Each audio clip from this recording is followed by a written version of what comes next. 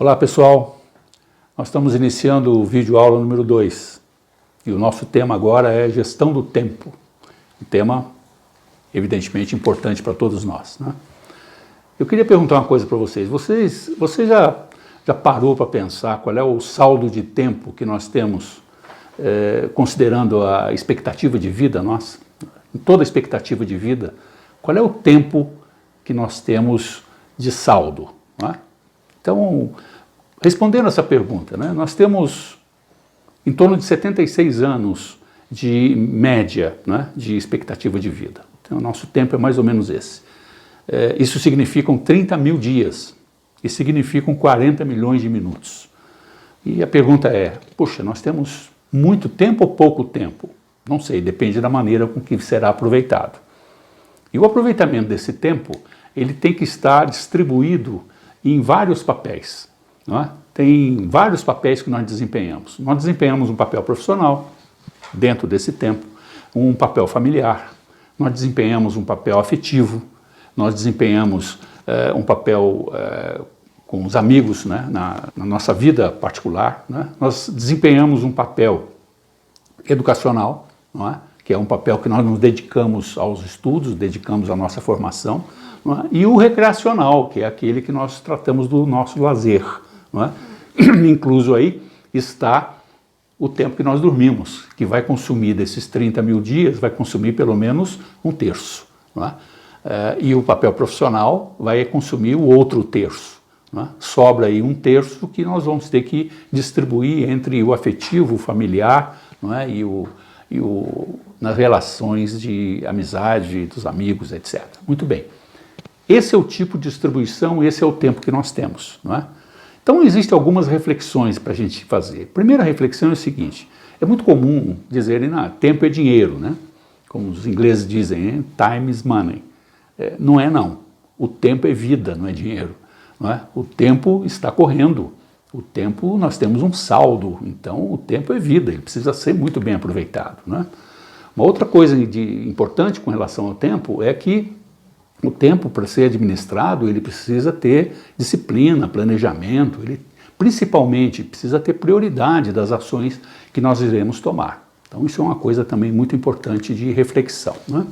Eu diria que uma terceira reflexão é que o tempo para ser praticado, para ser gerido, nós temos que colocar em prática, nós temos que aprender como fazer e temos que fazer boas reflexões sobre ele, né? Não é simplesmente ter a gestão do tempo na teoria, né? Ela precisa ser praticada.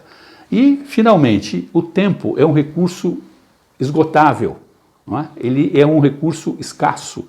Então, a cada minuto que passa, é um tempo que você vai debitando do seu saldo, não é? Esses minutos que nós estamos aqui participando desse vídeo, né, são minutos que vão passando, e nós temos que aproveitar as informações que estão aqui, nós temos que aproveitar o nosso dia a dia, né, para essa escassez que nós vivemos com relação ao tempo. Essas são algumas reflexões só para a gente colocar em posicionamento aí o nível de importância do tempo.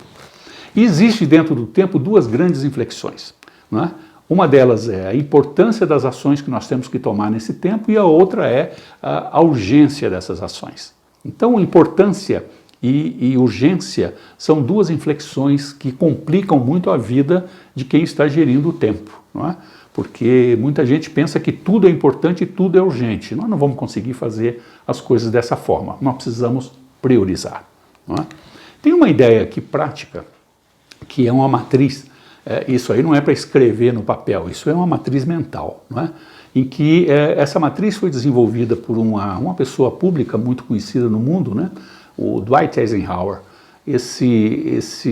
Essa pessoa, ele foi o 34º, se não me engano, presidente dos Estados Unidos, e na época da Segunda Guerra Mundial, ele foi o comandante supremo das Forças Aliadas.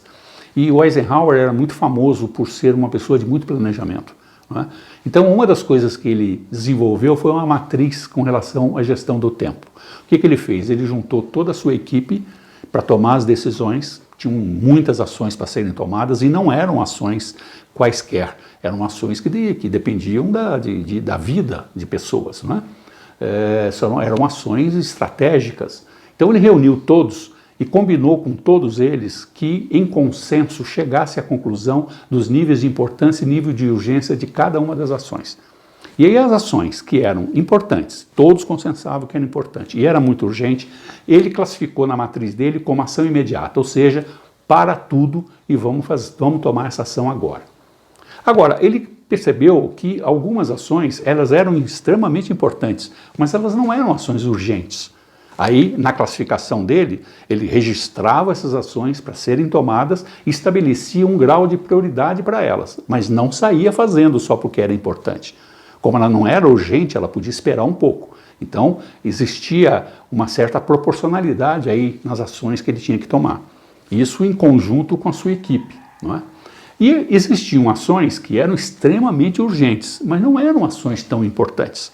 Aí tem um detalhe interessante. Ele priorizava essas ações e fazia uma análise dela pelo fato delas não serem ações muito importantes, elas poderiam ser delegadas para alguém. Não precisava ele tomar as decisões em cima de todas as ações.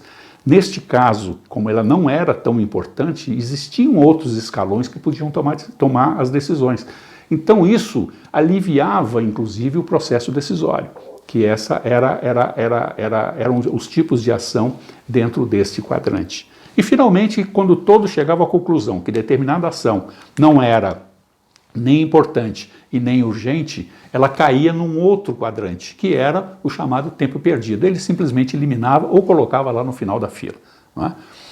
O Eisenhower tinha uma frase, né, que até hoje muita gente conhece, né, que era: o que é importante mesmo raramente é urgente, e o que é urgente nem sempre é importante.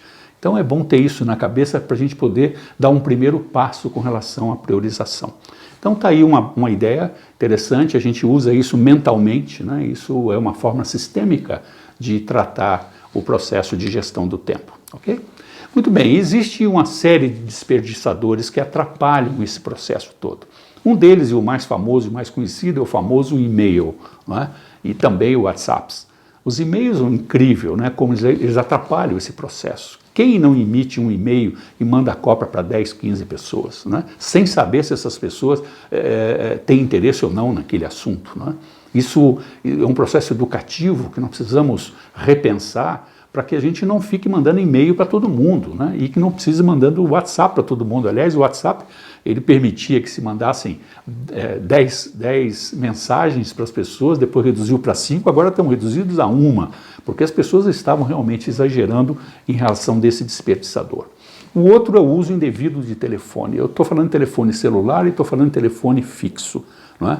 As pessoas gastam muito tempo no telefone, principalmente na área corporativa. Os telefones precisam ter objetividade, né? Muitas vezes você está no telefone falando de um assunto que não é de interesse da empresa e tem alguém tentando falar com você e recebendo a informação de que o telefone está ocupado, tendo uma informação e uma decisão muito importante para ser tomada, né?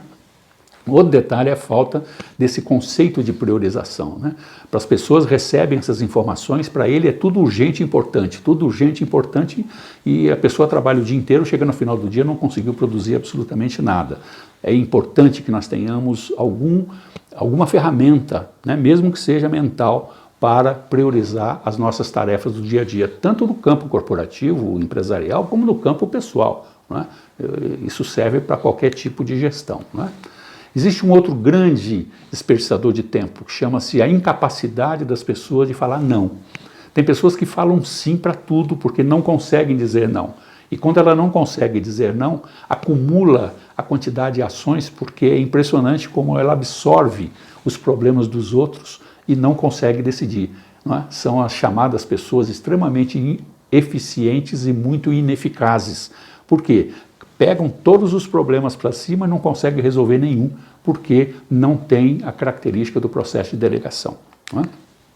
E ali, continuando nessa linha, existem grandes desrespeitos pelos horários, que são grandes desperdiçadores de tempo. Associado a isso, existe a famosa qualidade e quantidade das nossas reuniões. Agora eu estou olhando para dentro das empresas, né? Fazemos reuniões demais, e principalmente o problema das reuniões não está só na quantidade, está principalmente na qualidade. As reuniões precisam ter pauta e prazo, não é? Chama-se a preparação da reunião dentro do processo 2Ps, pauta e prazo. Ou seja, vamos fazer a reunião? Ok. Qual é o assunto e em que tempo nós vamos fazer? Geralmente nós delegamos um dos participantes como o administrador do tempo. Quando falta 1, 2, 5 minutos para terminar, ele já avisa todo mundo para que a gente possa ter o quê? Objetividade. Isso, as reuniões que são de baixa qualidade, de baixa e de muita quantidade, normalmente são reuniões muito ineficazes, né? Muito bem, existem desperdiçador de tempo que tá até na minha tela eu botei até em letra maiúscula porque ele talvez seja o maior de todos dentro das empresas, o que causa o maior prejuízo, que é o retrabalho. Retrabalho significa que você perdeu o tempo de tudo que você fez e vai ter que fazer tudo de novo, né? Muitas vezes você tem que fazer retrabalho por ineficiência do próprio operador, ou do próprio profissional, ou você tem que fazer retrabalho por ineficiência do processo que está sendo utilizado, ou retrabalho por falta de qualidade das matérias-primas ou dos produtos que você está usando. Isso é uma coisa que destrói toda a gestão do tempo dentro de uma empresa. Precisamos evitar muito o retrabalho.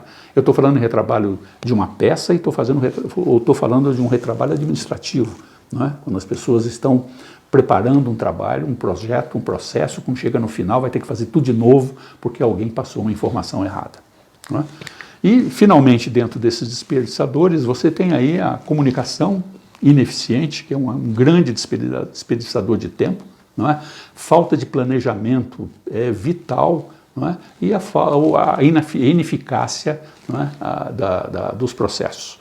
Então, se nós olharmos esses pontos todos, nós vamos ver aonde estão os desperdiçadores. Se nós trabalharmos em cima disso e utilizarmos uma ferramenta de priorização, eu tenho certeza que nós vamos ter um uso muito eficaz desse saldo que nós temos de tempo. Está aí um grande exemplo, que é o caso Google, não é? A Google tem uma característica própria sobre o uso do tempo dos seus funcionários. Todo funcionário da Google recebe a seguinte missão: você vai executar a sua tarefa usando 70% do seu tempo diário, não é? É a famosa ferramenta que eles chamam de 70-20-10. 70% o tempo que você vai utilizar é para as suas tarefas de rotina. 20% do seu tempo, eu estou falando de 20% de um dia, deve dar 1 hora e alguma coisa, você vai usar pensando, desenvolvendo uma ideia de como melhorar a sua rotina. Ou seja, tornar a sua rotina mais eficaz. 20% do seu tempo a empresa pede que você pare para pensar se aquilo que você está fazendo é o melhor em termos de qualidade, melhor em termos de produtividade ou não. Tá certo? 20%. E 10%, pasmem, 10% a empresa pede para que você avalie toda a tecnologia, métodos, processos, experiência da empresa, para ver se tudo aquilo poderia ser utilizado em algum produto que não seja o produto da própria Google. Isso explica por que a Google tem êxito em outros segmentos, né, como o segmento de saúde, por exemplo, na área de equipamentos, na área de desenvolvimento de softwares específicos, na área de transporte, por exemplo, de carros voadores e outros tipos de produtos que estão sendo lançados com tecnologia Google, que foram desenvolvidas por pessoas que usaram toda essa tecnologia para um outro produto que não seja necessariamente o dela. Então, isso é uma forma de gestão de tempo muito moderna, né, de uma empresa mundialmente conhecida e mundialmente eficaz, como é o caso da Google, tá certo? E aí algumas dicas para a gente encerrar, né, umas dicas sobre controle do tempo. Eu uso muito essas dicas que eu vou passar.